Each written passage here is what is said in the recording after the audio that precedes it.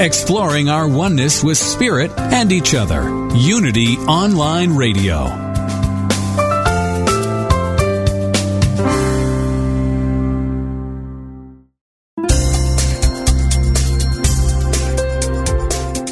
Thank you for tuning in for this Unity Partner Program. Unity Online Radio partners with spiritual leaders from organizations whose mission and messages complement Unity's. We are pleased to bring you this program on Unity Online Radio, the voice of an awakening world.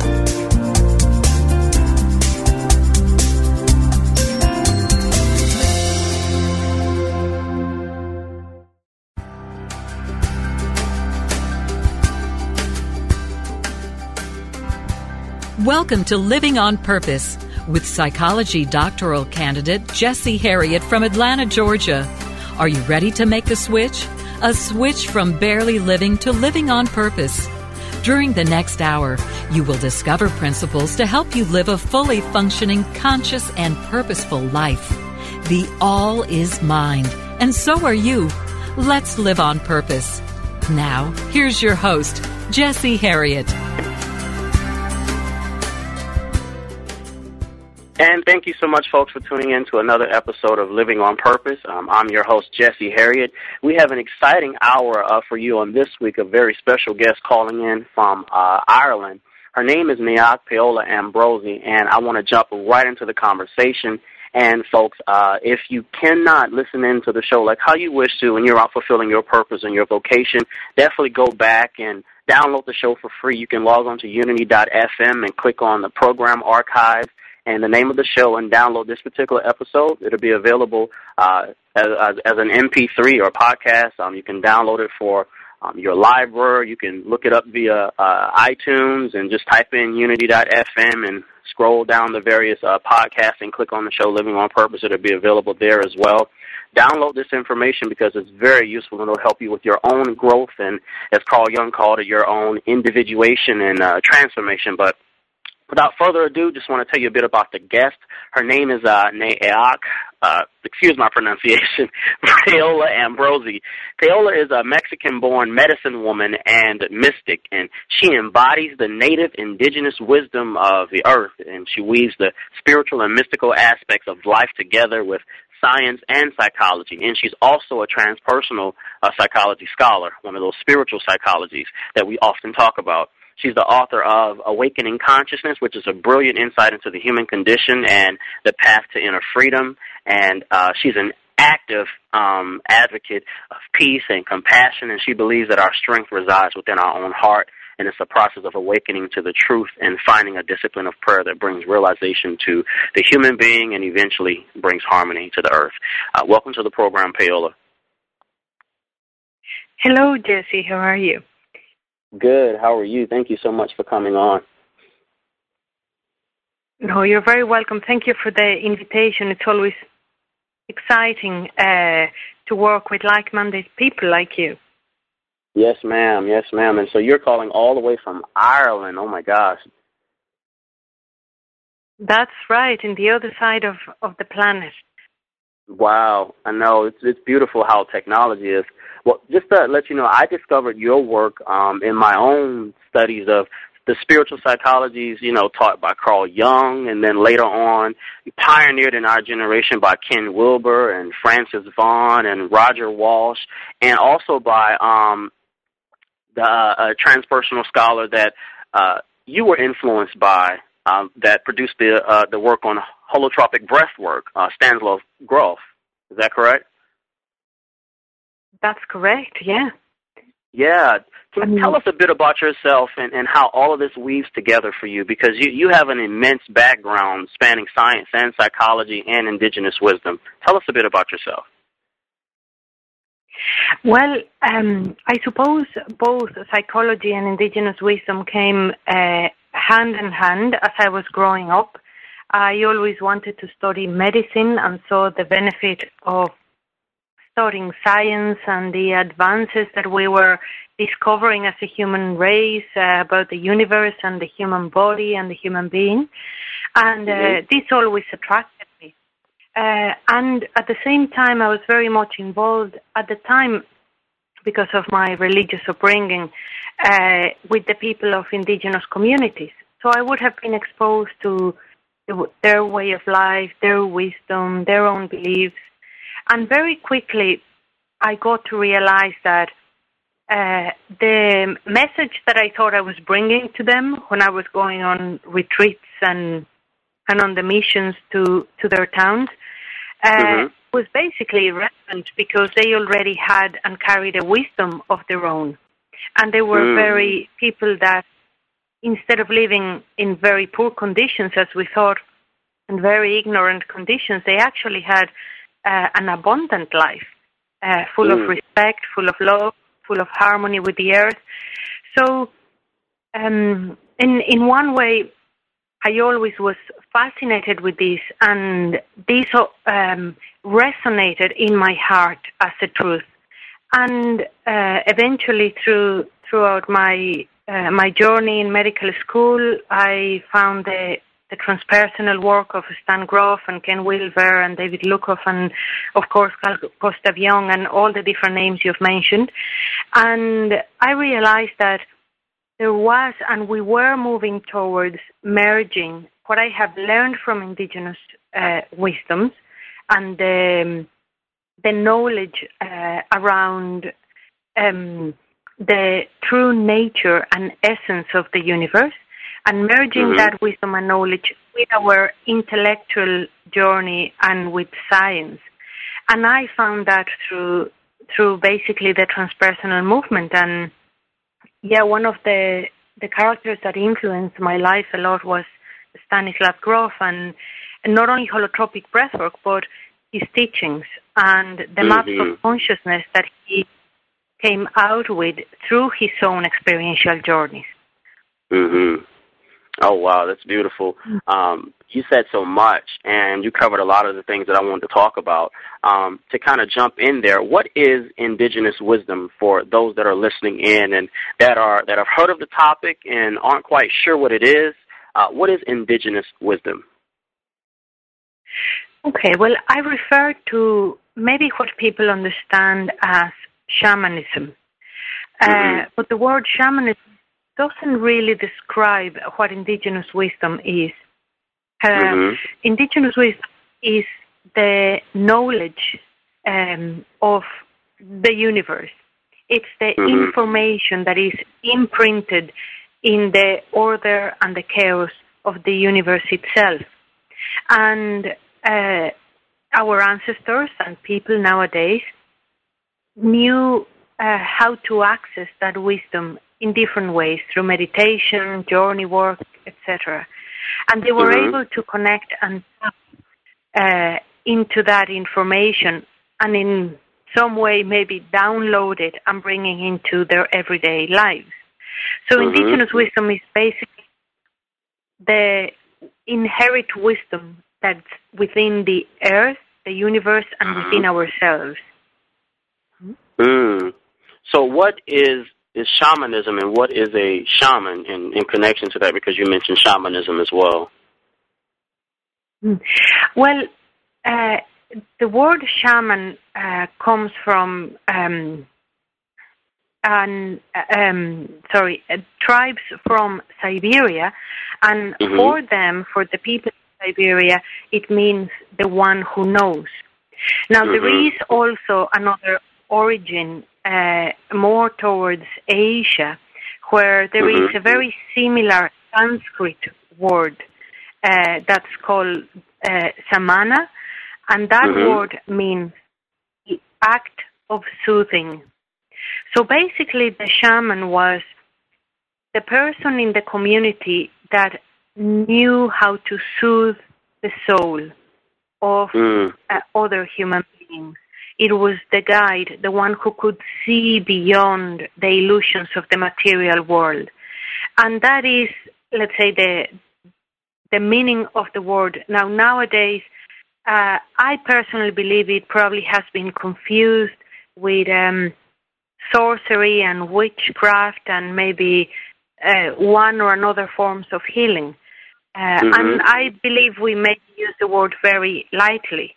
Now, there are some indigenous communities that do not have shamans, that they call their people medicine people, or they call them priests, or they are they have different names. So it wouldn't be correct to say that every guide or healer of the community is a shaman, because not all the tribes around the world use the word. Right. So shamans are more than just technicians, because you can find some herbal or just earth-like practitioners that utilize herbal medicine, and even in the medical community you can find just people who know how to perform the practice of what it is they do, but they're actual healers of the soul as well. That's what you're saying? Yeah, basically they are guides and healers of the soul. They help to bring peace to our hearts, and by bringing peace to our heart and spirit, they can bring peace to our bodies as well. And in your work as a shamanistic healer and one who studies Indigenous Wisdom and also transpersonal psychology, how does all of this compare with Western traditions of psychology? Because in my work, I found that a lot of psychology has just been based on pathology. You know, they focused on diagnosing what's wrong and identifying disease and illnesses versus trying to liberate people and lead them to, you know, betterment, you know? Well, yeah, I actually can give you a very interesting example. There was a client recently that commented in the dialogue that we were having, I thought I was here to tell you all the things that are wrong with me. And I thought I was here to talk about all the things that bring me suffering. I never thought I was here to talk about the good things about my life. And I really loved the comment, because I do believe that in the Western approach, in psychology and also in medicine, just as you say, we focus on what is wrong. And therapy nowadays, and some kinds of therapy, are focused almost in storing the pot of the pain body. Of the hurt and the traumas, but they are just, I think Ram Dass is the one that says this. You know, that therapy or psychoanalysis, sometimes it's like shifting the furniture inside of a prison cell, but it doesn't really get you out of the prison cell. So in my perspective, and my life experience, I do feel that is the main difference. It's in the West, we tend to approach things as problems that need to be fixed or caught or repaired. And from an Indigenous Wisdom perspective, there are no problems. There are just simply challenges or moments in our life where the body, the mind, and the spirit speak to us in their own language, and therefore we have an opportunity to evolve thanks to whatever challenge has been presented. So the person is always encouraged to find the causes of the symptoms they are experiencing so they can resolve the core issue behind the symptoms, as opposed to only staying with what's in the surface. Wow, and that's amazing, because that kind of led me to my next question. I was going to ask you, what is a shamanistic view of the world and our experience of reality? And you kind of summed it up there, but could you go into it a little further? How does yourself as a shaman view reality and our experiences of the world and pain and suffering and lack and limitation? Well, I see planet Earth and this place that we're experiencing at the moment as a bardo, or a state of consciousness where there is suffering.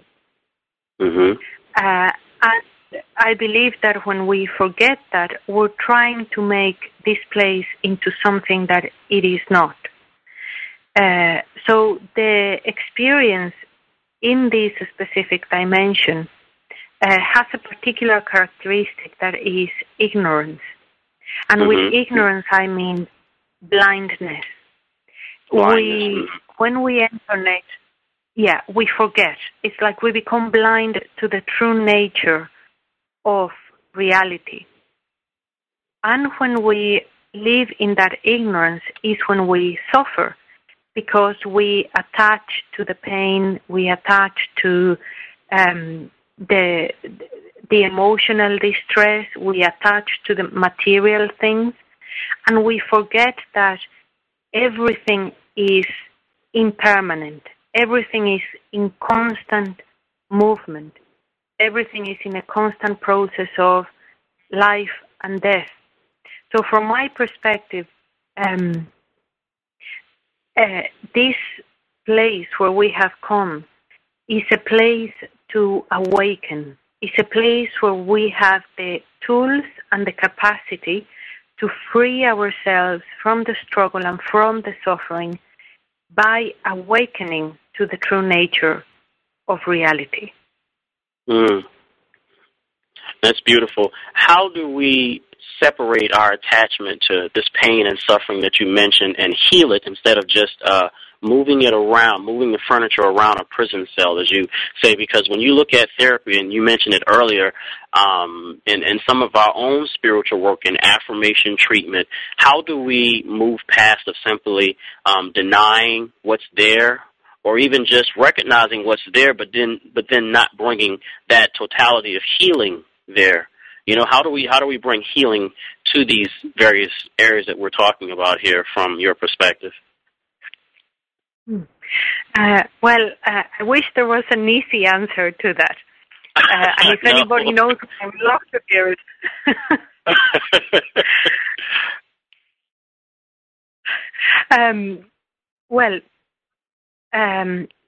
I suppose first I would have to explain that I believe that once we incarnate into a human body, there is a specific information that comes in our DNA, in our spirit.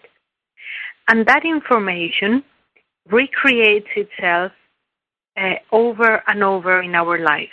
So our conception, in a way, imprints the information into the physical body, into the DNA and the biology of this new self that's going to emerge. The pregnancy and the birth process reassure it and reaffirm it in all the different bodies, in the intellectual body, in the emotional body. So by the time we are born, we already have all the programs that are going to play themselves out throughout our lives. So from that moment onward, there is simply a constant repetition of the same information in different circumstances. So sometimes we feel that in order to heal our pain, we need to find its root. And when we do therapy or healing work, we're able to trace it all the way back to our childhood. And then nowadays we go beyond that into our birth or our conception, or some people like to go to past lives. And then after doing that, we have the feeling, or maybe the wishful thinking, that it's going to be over and done. And a month later, the same issue recurs and reappears in our life again. That's true. Now, I believe that it's because the information that is within us, it's just simply doing what it's meant to do. It's communicating to us. So when the issues recur or reappear, it doesn't necessarily mean that we've done something wrong, that therapy didn't work, that the healing session didn't work, but it means here is another opportunity to be able to find a different way to deal with the same issue or with the same emotional charge. So I believe it is possible to release most of the gross emotional charge of the different experiences. But ultimately, as far as we're inhabiting this physical body, this physical body will still speak to me through the same information that it received since it was conceived. So there are certain issues that until the day I die, I will keep meeting in life. Where the hit home and where I have 100% of freedom or choice is in how do I face, react, or not react to the things that life brings up. So it's I think I expanded on this, but I believe this is very important because there is sometimes in the West we tend to think that there is an end to the therapy or an end to the healing. And from my perspective, what I'm trying to say is once we are alive, we are in a spiral of evolution that is infinite. So as we go upwards in that spiral, we will keep meeting the same points, north, south, east, and west in the spiral. And in those points, the same issue will emerge. But every time we're meeting it at a completely different level. Oh, man, that's beautiful. Folks, you're listening to Naak Paola Ambrosi. We have to take a quick commercial break. We'll have more of the conversation when we return right here at Unity Online Radio. Stay tuned.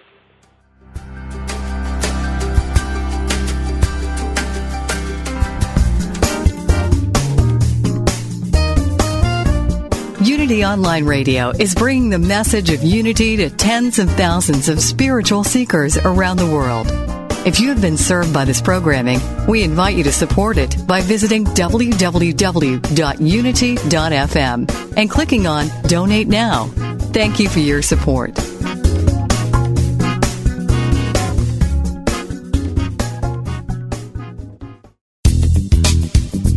Hello, listeners. Did you know we've gone mobile? That's right. Your favorite Unity online radio programs are available on your mobile device. Now you can take us with you wherever you go. Using apps from Live 365 or Stitcher, you can listen to Unity online radio live or on demand.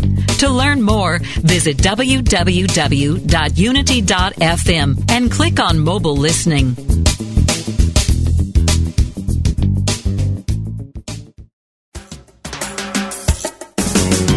From on the air to on the sea, pack your bags and come with me.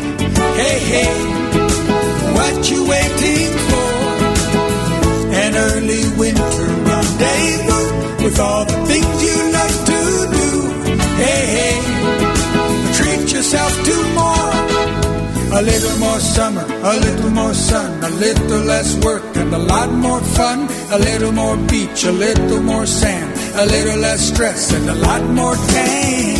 Join your favorite Unity Online Radio hosts for Cruise in the Caribbean, November 10th to 17th, 2012. On this fun-filled Caribbean adventure, enjoy sunshine, exceptional dining, and island excursions. Feed your spirit with music, message, and meditation, plus one-on-one time with some of your favorite hosts. That's Cruise in the Caribbean, November 10th to 17th, 2012. To learn more, go to unity.fm/cruise. A little more sunset, a little more sea, a little less do, and a lot more be. Hey, hey. Hey, hey.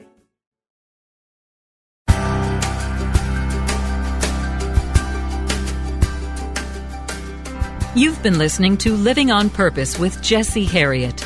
If you have a question or comment about today's broadcast, or if you'd like to join in the discussion, friend us on Facebook at Jessie Herriott or email us at livingonpurpose@unity.fm.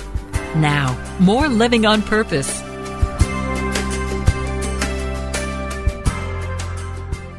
And we're back talking today. We're having a very interesting and powerful conversation with Naak Paola Ambrosi. She is a shamanistic healer, mystic, Mexican-born medicine woman, and she is a transpersonal scholar.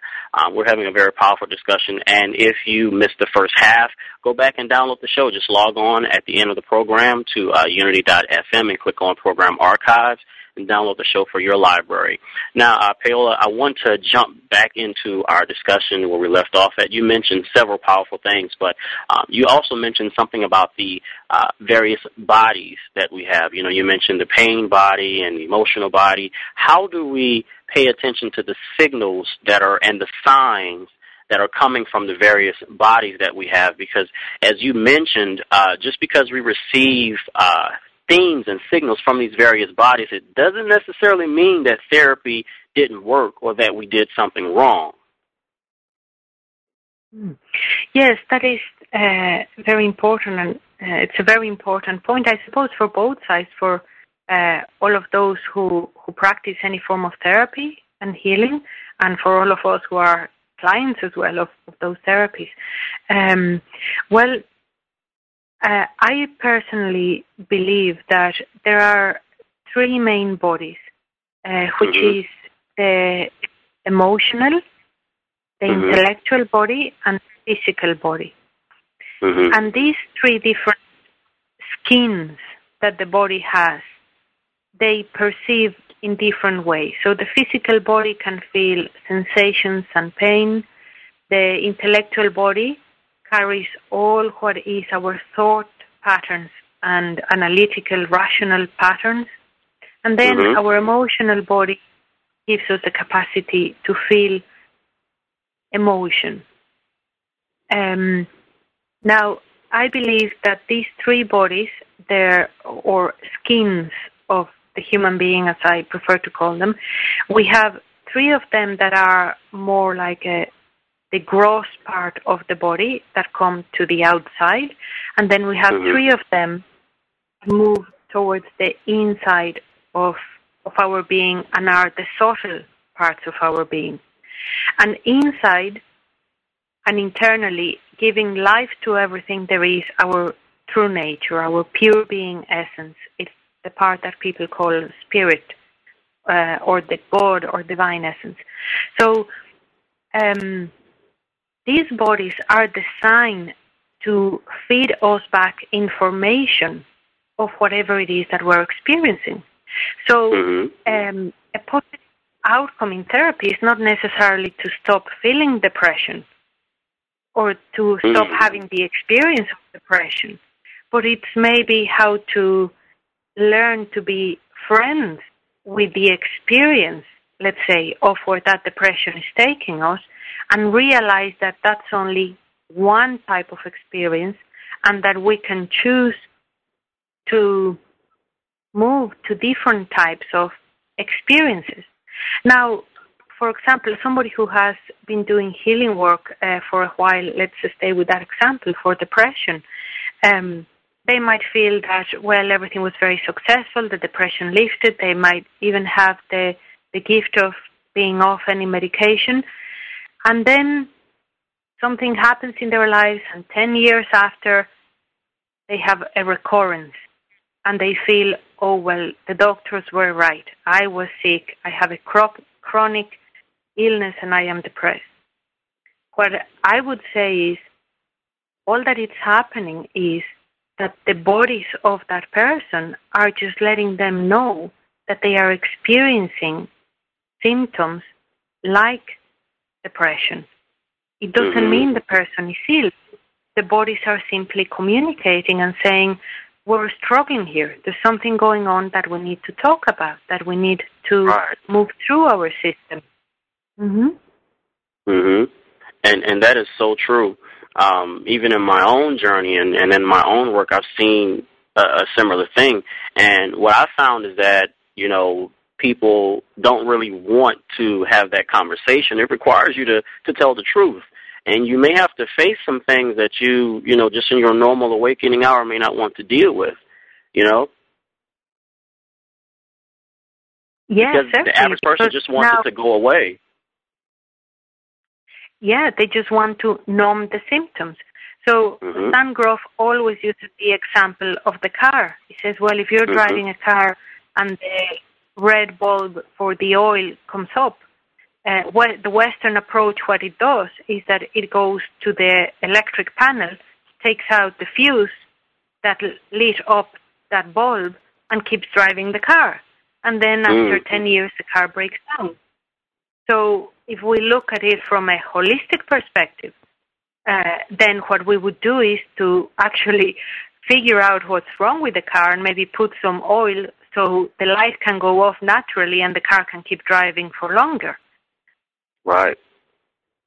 And let's talk about your work with Stanislav Grof. How did you encounter his work, and how did you get started into the spiritual psychology? You know, this aspect of psychology, the transpersonal work. Well, I encountered Stan's work first in medical school because I wanted to focus on psychiatry, so his name first came up there. Of course, not with very good reviews according to the people who were teaching me at the time, but I thought that, well, his work was probably something out of this planet. And controversial, and then, yeah, very controversial. And then I, when I was studying Tibetan Buddhism,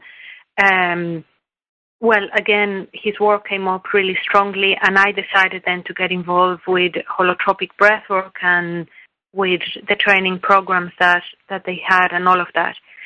And what was fascinating for me was that,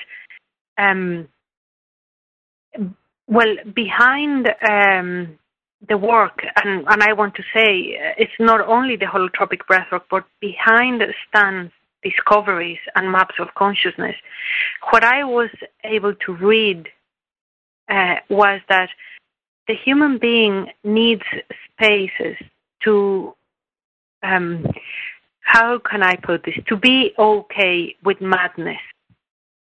It's almost like we need to allow chaos in our mind to happen from time to time so we don't explode. And I totally get that.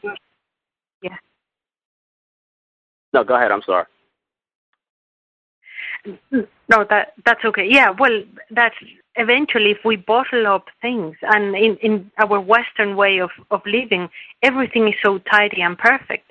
And to be normal, you can't laugh too loud, you can't cry too much.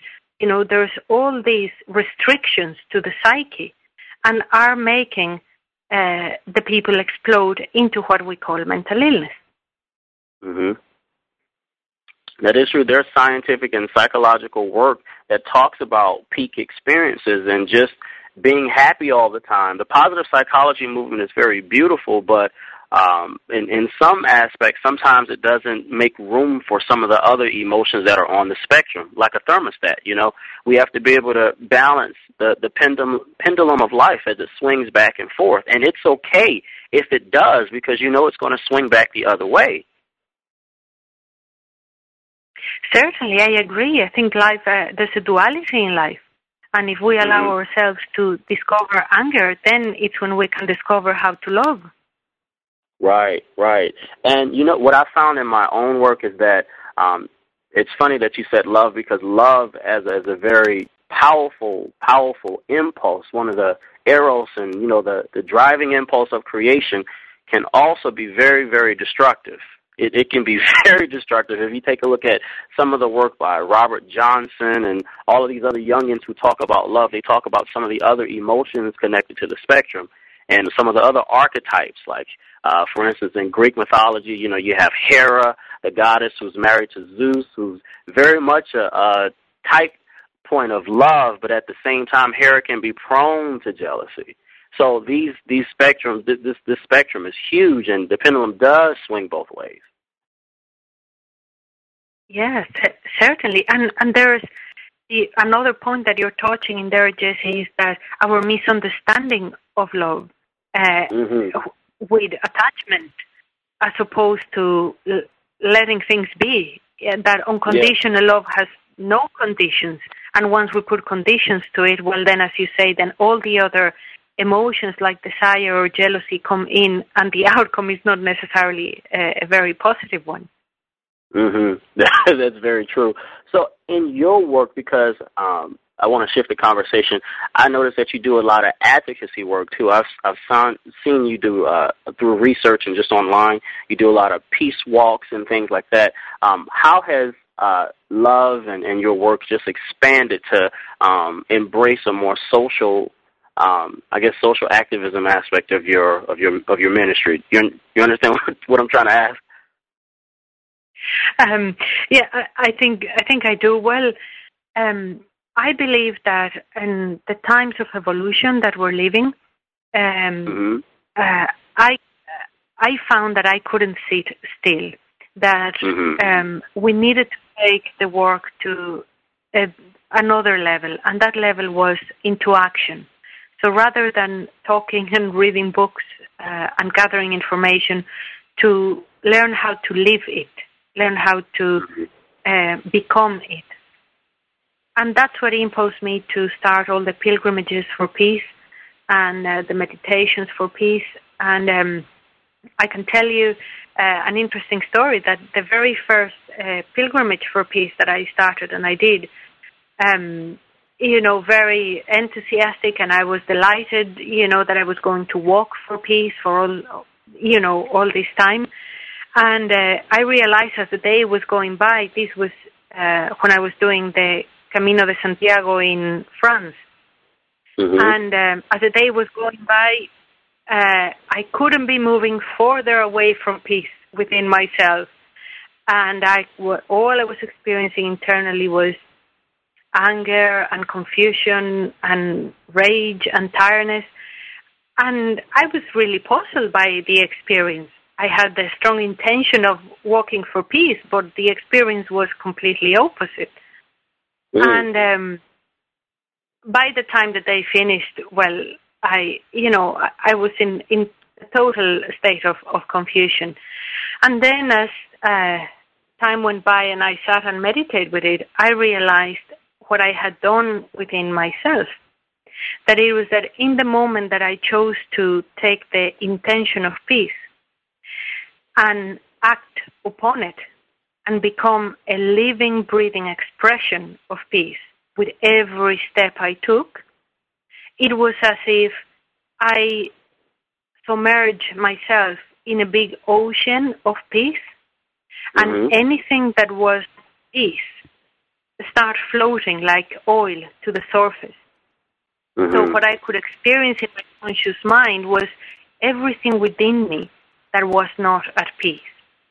And it was a beautiful healing experience. And now, these days, people who do the walks, they often report very similar experiences where just simply by walking, breathing, and acting the peace we want in the world, but becoming that yourself, you help your body to cleanse and to clean whatever is not at peace.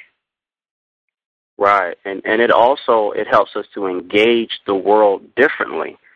Was there a catalyst for you that allowed you to take all of this wonderful conversation that we're having and all of the beautiful conversations that's going on all over the planet? Was there a catalyst for you that enabled you to take the information from just, cognitive understanding with your head to fully embodying it and living it out? Well, I think it was more out of an internal experience from my heart. I felt it was a calling. It was something that I just simply had to do. It was a very strong calling from my own spirit as of part of what I was meant to do. So I always felt that it was a strong heartbeat internally inside of me.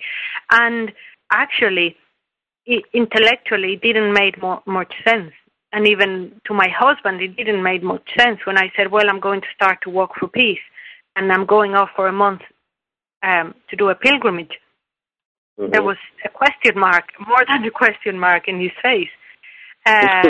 So I know, and he knows now, why did it all that started. So I believe sometimes we receive or we have this craving or this need to do something, and I am a big fan of following the call of your heart and spirit before then rationalizing it. Mm-hmm. Oh, wow, that's beautiful, folks. You are listening to Naak Paola Ambrosi. We're having a powerful conversation, and if you missed the first two halves of the show, go back and download it. You can log on to iTunes and look up the show, unity.fm, and scroll through the podcast and click on Living on Purpose that way, or you can just go directly to the site at unity.fm and click on Program Archives and download this wonderful conversation and all the other archives from this season for your library. We only have 2 minutes left in the half, and so I'll save this question for later on because I want to get into the calling that you talked about, this internal heartbeat, and your opinion on how we can respond to our own individual callings. But for those that are listening, hang on. When we come back from the break, we'll talk about that. But real quickly, we only have 2 minutes left. Your spiritual name, Naak, tell us about that, and how did you receive that? Did you receive that later on in life or towards the beginning of your life, or where did that come in at?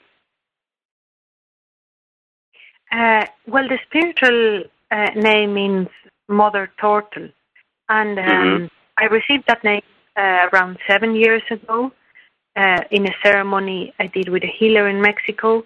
And what was surprising was that for many years the turtle had been a very powerful symbol and archetype as an animal for me and in my work, and it kept coming up a lot. And even the healing that was moving through me, the symbol or the archetype of the turtle was very present. So when the name came out in the ceremony and this healer offered it to me and gave me the meaning, I was basically blown away, because it was another moment of a reassurance from a spirit that, you know, the universe is listening. So, it's a Mayan name, and normally the symbol of the turtle is a symbol of wisdom. It's an animal over which the different worlds are formed. So in the Mayan cosmology, the worlds lie on top of a turtle. And there's many other connections in between it and the constellation of Orion and the cosmologies of the Mayan. But I definitely find that, well, the different animals, I think they're beautiful archetypes to work with, and I'm sure you're familiar with all of them. Yeah. Oh, yeah, they are. And on that note, we have to take a quick commercial break, folks. Stay tuned. We'll get more into information about your calling and about Mayan cosmology and all of this great stuff. Stay tuned. We'll be right back after this commercial break. Do you ask with childlike wonder, what is the nature of God? Who is Jesus? What is the Christ? How do we know what we know? When you ask these or other heart-centered questions about the non-physical, intangible aspects of life, you are, on some level, a student of metaphysics. New from Unity House and nearly 5 years in the making, Heart-Centered Metaphysics, a deeper look at Unity teachings, is now available. This is Paul Hasselbeck, author of this quintessential study guide. Enjoy a deeper exploration of universal spiritual principles and truths, whether you're just starting or have been seeking for years. Each thought-provoking chapter of Heart-Centered Metaphysics speaks to truth seekers like you, providing essential tools to help elevate your consciousness and create spiritual transformations in your outer life and circumstances.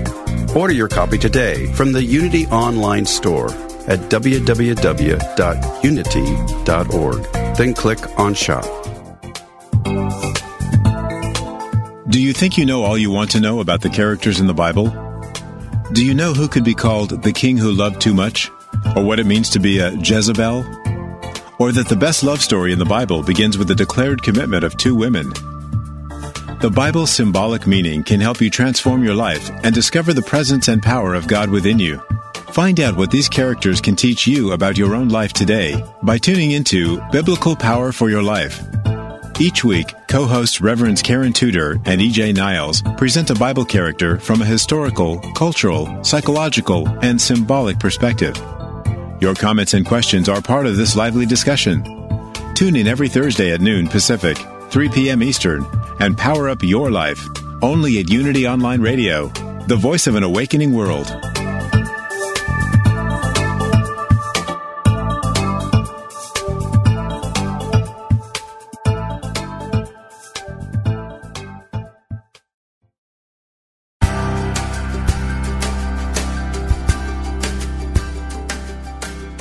You've been listening to Living on Purpose, where psychology meets spirituality.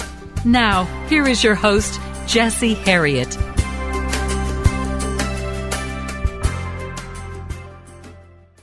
And we're back, folks, talking today with Naak Paola Ambrosi, a shamanic healer, mystic, and medicine woman.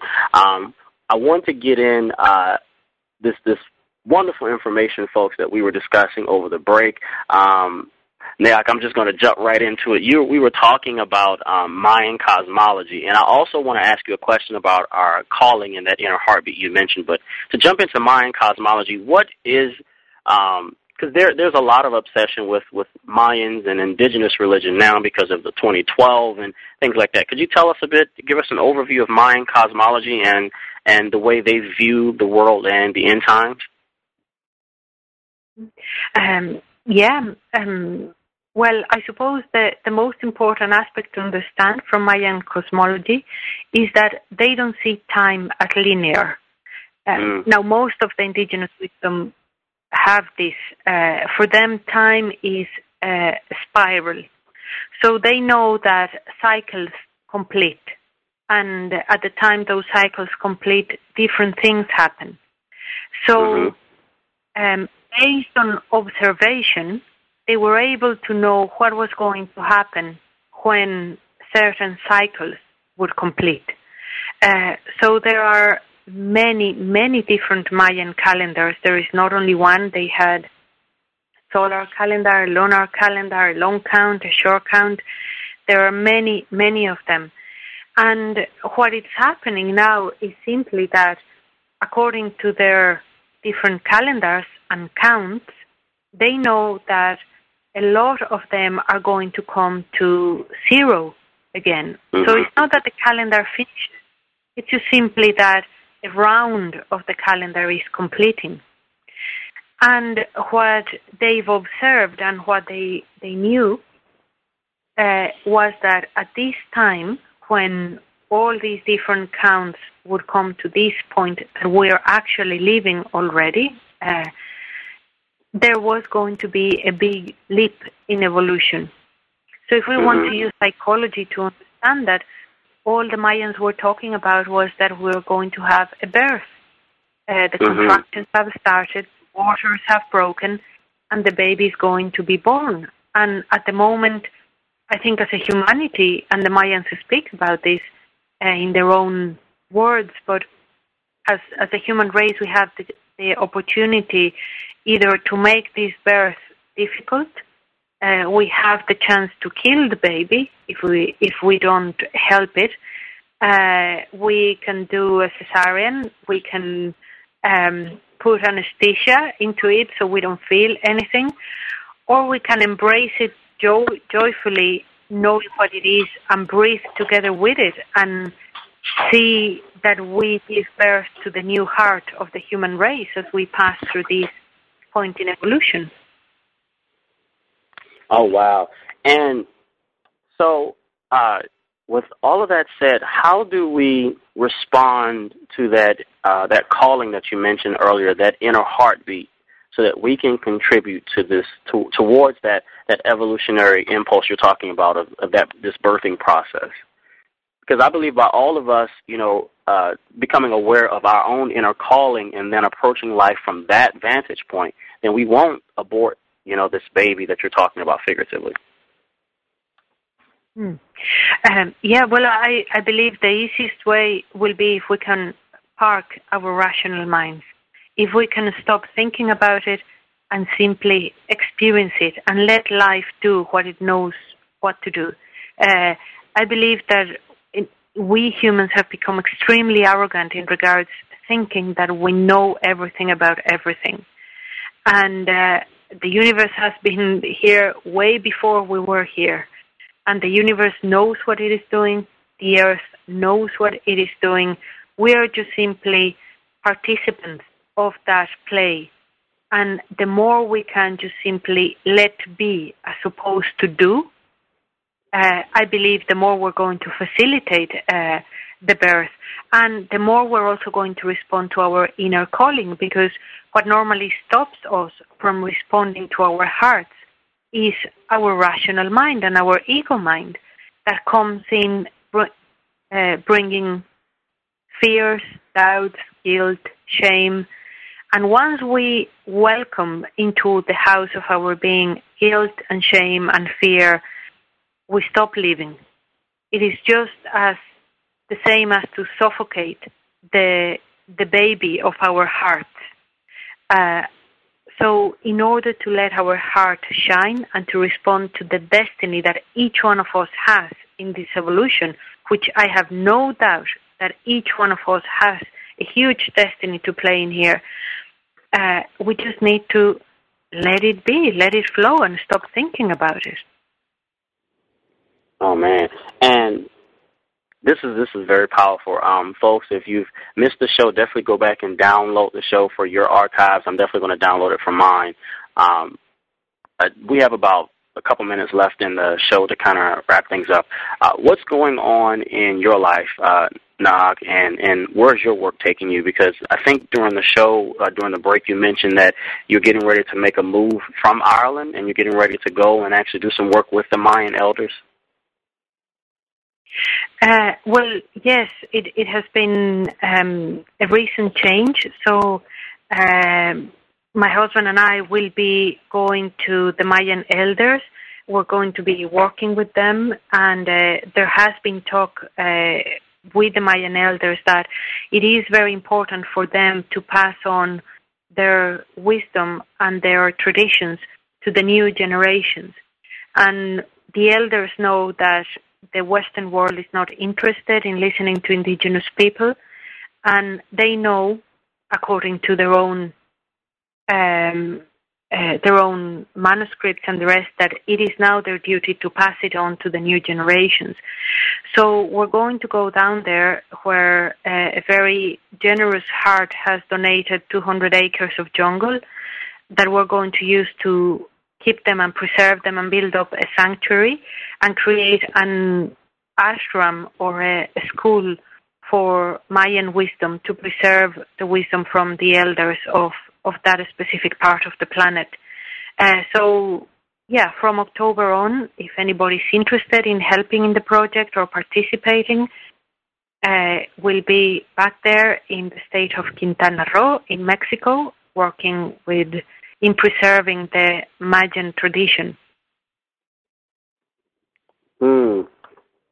And how can we get a hold of your work? Because you have a book that you published as well. How can we get a hold of your book and also, your DVDs and CDs if you have any of those products out? Well, the best way would be to go directly to the website, which is www.paolaambrosi.com. Mm-hmm. And in there you have access to the book. There are going to be some CDs that are going to be up in the website as well. And in there through the email, it'll be the best way to stay in touch for those ones who want to connect with the project down in Mexico. And the email is info@paolaambrosi.com. Oh, man, we have about a minute left and a half. Folks, you've been listening to a wonderful and dynamic conversation between myself and Naak Paola Ambrosi. She is a mystic and shamanic healer and medicine woman and transpersonal scholar. This has been an amazing conversation. Thank you so much for joining me on the program, Naak. No, thank you very much, Jesse, and keep on the good work you're doing. Thank you so much. Folks, that's been our show this week. It's been a delightful and amazing conversation. We hope you'll log on to the website and download the show for your archives.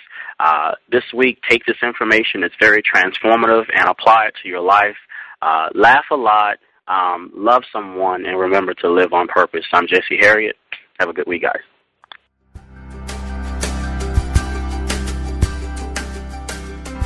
Thank you for tuning in to Living on Purpose, where psychology meets spirituality with Jesse Herriott. Listen in live every Tuesday at 9 a.m. Central Time for more insights into psychology, ancient wisdom, and how it connects to your life today. Living on Purpose, only on Unity Online Radio, the voice of an awakening world. This program is brought to you in part by www.jesseherriott.com, where psychology meets spirituality. Connect with us on Facebook and YouTube. Keyword search Jesse Herriott.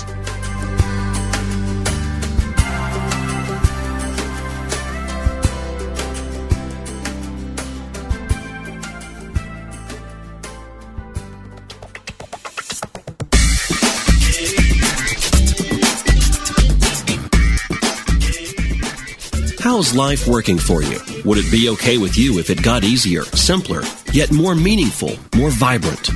Join Reverend Carla McClellan Tuesday afternoons for spiritual coaching, creating a vibrant life. Each week, Carla visits with leading-edge coaches as they explore the sacred purpose and stunning results of this exciting and emerging coaching model.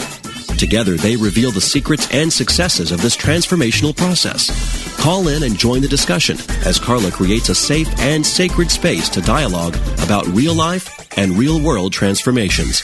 That's spiritual coaching, living a vibrant life with Reverend Carla McClellan.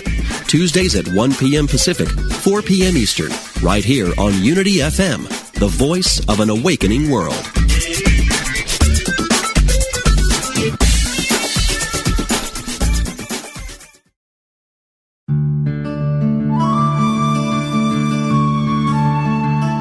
In quiet moments of prayer, let go of any concern. Anchor your trust deep in the realization that with God all things are possible. Never doubt it for a single moment. This meditative moment is brought to you by Unity.